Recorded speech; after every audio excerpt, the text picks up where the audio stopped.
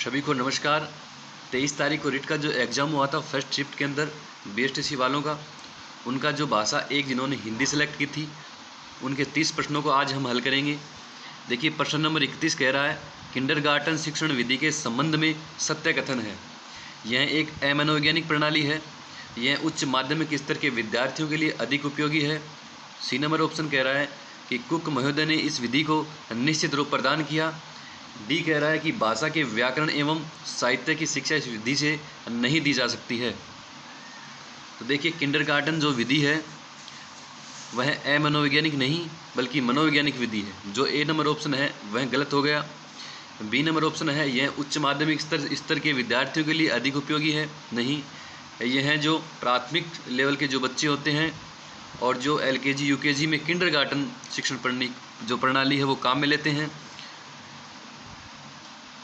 यहाँ पर सी नंबर कह रहा है कि कुक महोदय ने इस विधि को निश्चित रूप प्रदान किया, तो ये आंसर सही हो सकता है। लेकिन डी को पढ़ते हैं। डी कह रहा है कि भाषा के व्याकरण एवं साहित्य की शिक्षा इस विधि से नहीं दी जा सकती। तो देखिए इसके अंदर हम भाषा की शिक्षा तो दे सकते हैं और व्याकरण की भी दे सकते हैं, है ना, और साहित्य की शिक्षा भी इससे दी जा सकती है। तो इसका जो इसमें देखिए ये कह रहा है कि भाषा के व्याकरण एवं साहित्य की शिक्षा इस विधि से नहीं दी जा सकती। बिल्कुल ये कथन सत्य हो जाएगा, क्योंकि किंडरगार्टन जो शिक्षण प्रणाली है उसके अंदर हम भाषा की शिक्षा तो बच्चे को दे सकते हैं, लेकिन व्याकरण और साहित्य उसमें नहीं पढ़ाते हैं, क्योंकि यह प्राथमिक लेवल पर होता है और प्राथमिक लेवल जो होता है उसके अंदर व्याकरण और साहित्य की शिक्षा नहीं दी जाती है। तो डी नंबर इसका राइट आंसर हो जाएगा। नेक्स्ट देखिए, बेसिक शिक्षा प्रणाली में भाषा की शिक्षा निम्नलिखित में से किस माध्यम से दी जा सकती है? केवल किताबी ज्ञान से, सामाजिक पर्यावरण से, प्रगति सूचक लेखाचित्र से। डी नंबर है इनमें से कोई नहीं। तो देखिए जो बेसिक शिक्षा है वो हम बच्चे को एक सामाजिक एनवायरनमेंट प्रदान करके दे सकते हैं। बी नंबर इसका राइट आंसर हो जाएगा। नेक्स्ट देखिए प्रश्न नंबर 33 कह रहा है कि भाषा शिक्षण के संदर्भ में व्यक्तिक अनुदेशन प्रणाली की क्या सीमा है? व्यक्तिक अनुदेशन प्रणाली, इसमें विद्यार्थी को भाषा के तत्व का ज्ञान प्रभावी रूप से करवाया जाता है। बिल्कुल करवाते हैं। बी नंबर में इसमें विद्यार्थी को भाषाई कौशल में दक्ष किया जा सकता है। सी नंबर कह रहा है कि इसमें व्यक्तिगत शिक्षण पर अधिक बल दिया जाता है। डी नंबर ऑप्शन कह रहा है कि यह शिक्षण प्रणाली अधिक विद्यार्थियों वाली बड़ी कक्षा में अध्यापन के लिए उपयोगी नहीं है। देखिए इसमें जो 4 कथन है वो चारों कथन तो सही हैं, लेकिन इसमें सीमा पूछा है, तो इसमें डी नंबर जो ऑप्शन है यह इसकी कमी को दर्शा रहा है। यह इसकी कमी को दर्शा रहा है। बाकी जो 3 हैं वह इसके क्या है, एडवांटेज हैं, इसके लाभ हैं कुछ। नेक्स्ट देखिए, इनमें से कौन सा परिविकसित अध्ययन उपागम का सोपान नहीं है? अध्ययन कार्य का आवंटन करना। बी नंबर है अध्ययन हेतु निर्देश। सी नंबर कह रहा है कि विद्यार्थियों द्वारा स्वाध्याय एवं शिक्षक द्वारा मार्गदर्शन। और डी कह रहा है कलात्मक प्रयोजना। देखिए पर्यवेक्षित अध्ययन उपागम के अंदर विद्यार्थियों द्वारा स्वाध्याय एवं शिक्षक द्वारा मार्गदर्शन होता है। इसके अंदर अध्ययन हेतु शिक्षक के द्वारा निर्देश भी दिए जाते हैं, इसमें अध्ययन कार्य का आवंटन भी होता है। लेकिन डी नंबर जो है कलात्मक प्रयोजना, ये इसमें नहीं होगा। डी नंबर 34 के में राइट आंसर हो जाएगा। नेक्स्ट देखिए, सर्वप्रथम सरल तथा समान आकृति के वर्णों को लिखवाना प्रारंभ कराएं। उल्लेखित बात किस स्तर के विद्यार्थियों हेतु कही गई है? तो सर्वप्रथम हम सरल और समान आकृति के जो वर्ण हैं वो प्राथमिक स्तर पर बच्चे को लिखना सिखवाते हैं। प्राथमिक स्तर पर ए नंबर राइट आंसर हो जाएगा। प्रश्न नंबर 36 देखिए, भाषा कौशलों में अभिव्यक्ति कौशल है। हम भाषा को अभिव्यक्त किस माध्यम से कर सकते हैं? बोल करके अपने भावों को व्यक्त कर सकते हैं और लिख करके भी अपने भावों को व्यक्त कर सकते हैं। तो सी नंबर इसका राइट आंसर हो जाएगा, बोलना और लिखना। प्रश्न नंबर 37 देखिए, अनुलेख किस भाषा कौशल से संबंधित है? अनुलेख किससे है? ये लेखन से है। अनुलेख किससे है? लेखन से। 37 के में सी नंबर राइट आंसर हो जाएगा। नेक्स्ट देखिए, लिंग्वाफोन रिकॉर्ड प्लेयर किस प्रकार की अधिगम सामग्री है? लिंग्वाफोन एक कैसी सामग्री है? एक श्रव्य सामग्री है। रिकॉर्ड प्लेयर हम सुन सकते हैं सिर्फ, इसका राइट आंसर हो जाएगा डी नंबर ऑप्शन। नेक्स्ट देखिए, भाषा प्रयोगशाला के अनुभाग में सम्मिलित नहीं है। इसमें परामर्श कक्ष भी होता है, इसमें नियंत्रण कक्ष भी होता है, श्रवण कक्ष भी होता है, विश्राम कक्ष इसमें नहीं होता है। डी नंबर इसका राइट आंसर हो जाएगा। प्रश्न नंबर 40 देखिए, सहस्त्र वाचन का गुण है अस्पष्ट उच्चारण, बिल्कुल ये तो नहीं हो सकता। क्षिप्रता ये भी नहीं है, अस्वाभाविकता भी नहीं है। इसमें हो जाएगा उचित ध्वनि निर्गम। सी नंबर इसका राइट आंसर हो जाएगा। क्वेश्चन नंबर 41 है, मौखिक मूल्यांकन के संबंध में उपयुक्त कथन है। मौखिक मूल्यांकन में दीर्घ उत्तरीय प्रश्न पूछे जाते हैं। मौखिक मूल्यांकनकर्ता निष्ठावान, सहनशील और विषय विशेषज्ञ होना चाहिए। सी ऑप्शन है कि मौखिक मूल्यांकन में समूह निष्ठा अधिक होनी चाहिए। डी नंबर ऑप्शन कह रहा है कि मौखिक मूल्यांकन में विद्यार्थियों को आत्माभिव्यक्ति के अवसर कम मिलने चाहिए। तो देखिए, जो मौखिक मूल्यांकन होता है उसके अंदर दीर्घ उत्तरीय प्रश्न पूछे नहीं जाते हैं। ए नंबर गलत हो गया। सी नंबर कह रहा है कि इसमें समूह निष्ठा अधिक होनी चाहिए। नहीं, हम एक एक व्यक्ति से भी जो मौखिक जो मूल्यांकन है वो कर सकते हैं। सी भी यहाँ पर गलत हो गया।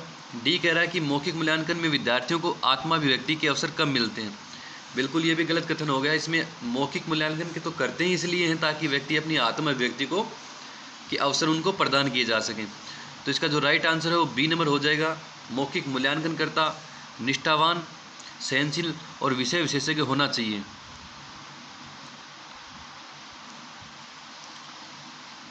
क्वेश्चन नंबर 42 बोल रहा है कि मूल्यांकन उद्देश्यों की प्राप्ति की सीमा का निर्णय करने की प्रक्रिया है।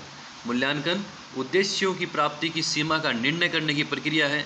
मूल्यांकन की यह परिभाषा किसकी है? तो देखिए दोस्तों, यह जो परिभाषा है ए नंबर ऑप्शन में जहां माइकेलिस लिख रखा है यही इसका राइट आंसर होगा। प्रश्न नंबर 43 देखिए, विद्यार्थी की सीखने संबंधी कठिनाइयों को दूर करते हुए करवाए जाने वाला शिक्षण कहलाता है। तो इसमें सूक्ष्म शिक्षण, ब्लॉक शिक्षण, अभ्यास शिक्षण या उपचारात्मक शिक्षण। तो इसका राइट आंसर हो जाएगा उपचारात्मक शिक्षण। डी नंबर राइट आंसर हो जाएगा। नेक्स्ट देखिए, प्रश्न नंबर 44 कह रहा है कि सतत एवं व्यापक मूल्यांकन का दोष है। इसमें विद्यार्थी का निरंतर मूल्यांकन होता रहता है, बिल्कुल यह तो इसका कोई दोष नहीं है, यह तो एक इसमें एडवांटेज है इसकी। बी नंबर में है कि विद्यार्थियों को अपनी कमियों का निरंतर ज्ञान होता रहता है, ये भी सही है। इसमें अभिभावकों को विद्यार्थियों की निरंतर प्रगति की जानकारी होती रहती है, ये भी सही है। डी नंबर कह रहा है कि यह प्रणाली तभी लागू की जा सकती है जब विद्यार्थी शिक्षक अनुपात कम हो। तो बिल्कुल डी नंबर है, ये इसकी सीमा को दर्शा रहा है, इसकी कमी को दर्शा रहा है। बाकी इसमें क्या है, ये इसके गुण हैं। ए, बी और सी इसके गुण हैं, जबकि डी इसकी सीमा, कमी या दोष को दर्शा रहा है। प्रश्न नंबर 45 देखिए, उपलब्धि परीक्षण के निर्माण में कितने पदों का प्रयोग किया जाता है? तो बिल्कुल उपलब्धि जो परीक्षण होता है उसमें 4 पद या सोपान होते हैं। नेक्स्ट देखिए, इसमें प्रश्न नंबर 46 से 50 तक एक गद्यांश दे रखा है, उस गद्यांश को पढ़ करके आपको उत्तर देने थे। तो इसमें हम डायरेक्ट प्रश्नों पर चलते हैं। पहला कह रहा है कि सदैव शब्द का सही संधि विच्छेद होगा। तो दोस्तों जो सदैव शब्द है इसमें सदाधन एव होगा। इस प्रकार से यह वृद्धि संधि का उदाहरण हो जाएगा। डी नंबर राइट आंसर हो जाएगा। प्रश्न नंबर 47 में कह रहा है कि निम्नलिखित में से विष शब्द का पर्यायवाची शब्द है। तो विष को आप सभी जानते हैं, विष को गरल कहते हैं। डी और नंबर राइट आंसर हो जाएगा। विरोधी शब्द का विलोम होगा। देखिए यहाँ पर कई बच्चे अवरोधी करके आ गए थे, लेकिन ध्यान से देखो विरोधी शब्द का विलोम पूछ रहा है, ये पर्यायवाची नहीं पूछ रहा है। तो विरोधी का विलोम होता है समर्थक, कोई आपका विरोधी होता है और एक व्यक्ति आपका समर्थक होता है, तो दोनों क्या है, अपोजिट हैं। तो डी नंबर इसका राइट आंसर हो जाएगा। नेक्स्ट देखिए, गद्यांश में प्रयुक्त मनोदशा शब्द से आशय है।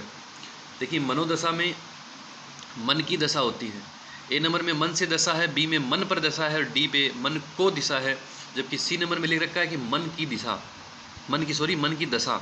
ठीक है, आपके मन के जो भाव होते हैं, मन की दशा होती है, इसमें की कारक चिन्ह का प्रयोग होगा। 50 नंबर शब्द में है कि मनुष्य शब्द है अव्यय है, भाववाचक संज्ञा है, या जातिवाचक संज्ञा है, या व्यक्तिवाचक संज्ञा है। तो देखिए मनुष्य एक जाति है, तो यह संख्या में भी बहुत है, इसलिए यह एक प्रकार से क्या है, जाति है, जातिवाचक संज्ञा का उदाहरण है। प्रश्न नंबर 51 से 55 तक एक और गद्यांश आपको दिया हुआ था, इसको पढ़ करके इसके भाव को ग्रहण करके आपको उत्तर देने थे। तो चलिए हम प्रश्न नंबर 51 की ओर बढ़ते हैं। अमूल्य शब्द का अर्थ है। तो देखिए यहाँ पर बच्चे मेरे को कन्फ्यूज दिखाई दिए। इसमें ए नंबर ऑप्शन है कि जिसका कोई मूल्य न हो, जिसका मूल्य बहुत कम हो। सी नंबर है जिसका मूल्य लागत से अधिक हो। डी नंबर है जिसका मूल्य न आका जा सके। तो यहाँ पर बच्चों ने बी और सी को तो गलत कर दिया था, लेकिन ए और डी में यहाँ पर फंस गए थे। तो देखिए जिसका कोई मूल्य न हो या जिसका मूल्य न आका जा सके, तो इसका जो राइट आंसर वह डी होगा। इसका राइट आंसर डी होगा, जिसका मूल्य न आका जा सके वह अमूल्य होता है। प्रश्न नंबर 52 देखिए, निधिया शब्द का एक वचन होगा, तो निधिया बहुवचन है, वहीं एक वचन के रूप में निधि शब्द जो लिखा हुआ है यह सही है एक वचन में। सी नंबर इसका राइट आंसर हो जाएगा। प्रश्न नंबर 53 देखिए, उन्हीं के कारण पृथ्वी मातृभूमि की संज्ञा प्राप्त करती है। उन्हीं के कारण पृथ्वी मातृभूमि की संज्ञा प्राप्त करती है, वाक्य में कौन सा काल है? ए नंबर में दे रखा है संभाव्य भविष्य, बी में है सामान्य वर्तमान, सी में संदिग्ध वर्तमान और डी में है आसनभूत। तो देखिए इसमें भविष्य भूत संबंधी कोई बात नहीं की गई है, तो यह वर्तमान काल होगा और संदिग्ध नहीं हो सकता, क्योंकि यहाँ पर कोई किसी कंडीशन भी या कोई संदिग्ध अवस्था नहीं है। इसमें बी नंबर जो है राइट आंसर हो जाएगा, इसमें सामान्य वर्तमान काल। प्रश्न नंबर 54 देखिए कि भाव शब्द है स्त्रीलिंग, नपुंसकलिंग, पुल्लिंग या उभयलिंग। तो देखिए भाव क्या है, यहाँ पर पुल्लिंग शब्द होगा। जैसे हम कह रहे हैं कि हमारे मन में एक भाव आ रहा है, हम ये नहीं कह रहे कि हमारे मन में एक भाव आ रही है, तो यहाँ पर पुल्लिंग शब्द होगा। सी नंबर इसका राइट आंसर हो जाएगा। अचेतन शब्द का उपयुक्त अर्थ है निश्चिंत, एकत्र, चकित या निर्जीव।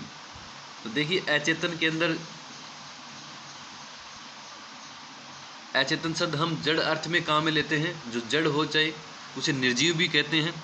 इसलिए इसके पूरे गद्यांश को आपको पढ़ करके इसके भाव ग्रहण करना था और उससे आप सही उत्तर तक पहुंच जाते। 55 के में डी राइट आंसर हो जाएगा। नेक्स्ट देखिए, वाक्य के कितने अंग माने जाते हैं। देखिए ये प्रश्न तीनों बार ही जो भर्ती एग्जाम हुआ था रेट का उसमें पूछा गया था, और लगभग जो चारों शिफ्ट थी उनमें कहीं ना कहीं ये वाक्य के जो अंग हैं पूछे गए थे। तो वाक्य के 2 अंग होते हैं, उद्देश्य और विधेय। सी नंबर इसका राइट आंसर हो जाएगा। नेक्स्ट देखिए, रचना के आधार पर वाक्य का प्रकार है। तो रचना के आधार पर वाक्य को हम तीन प्रकार में बांटते हैं, सरल, संयुक्त और मिश्र। तो इसमें सी नंबर राइट आंसर हो जाएगा। प्रश्न नंबर 58 देखिए, 2 शब्दों के जोड़ने के लिए प्रयुक्त विराम चिन्ह कहलाता है, क्या कहलाता है? बी नंबर राइट आंसर हो जाएगा, योजक चिन्ह। डाक के 3 पात लोकोक्ति का सही अर्थ है सबसे अलग विचार रखना, बी है समयानुसार कार्य करना, सदा एक सी स्थिति बने रहना या सीमातीत कल्पना करना। तो ढाक के 3 पात सदा एक सी स्थिति बने रहना। सी नंबर इसका राइट आंसर हो जाएगा। प्रश्न नंबर लास्ट है देखिए कि बहुत लज्जित होने के अर्थ में उपयुक्त मुहावरा है, तो क्या हो जाएगा? घड़ो पानी पड़ना। ए नंबर इसका राइट आंसर हो जाएगा। तो दोस्तों ये थे हिंदी के 60 प्रश्न जो 23 तारीख को फर्स्ट शिफ्ट के अंदर BSTC वालों के आए थे। तो दोस्तों ये जो चैनल है, अगर आपने इसको सब्सक्राइब नहीं किया है तो इसको सब्सक्राइब करना। आगे आने वाले समय के अंदर हम जो रिट मुख्य परीक्षा है उसके अंदर कक्षा 9th और 10th की जो RBSC की बुक्स हैं उनमें महत्वपूर्ण प्रश्नोत्तरी लेकर के आ रहे हैं, जो आपके प्रतियोगी परीक्षा में बहुत ही महत्वपूर्ण सिद्ध होगी। धन्यवाद।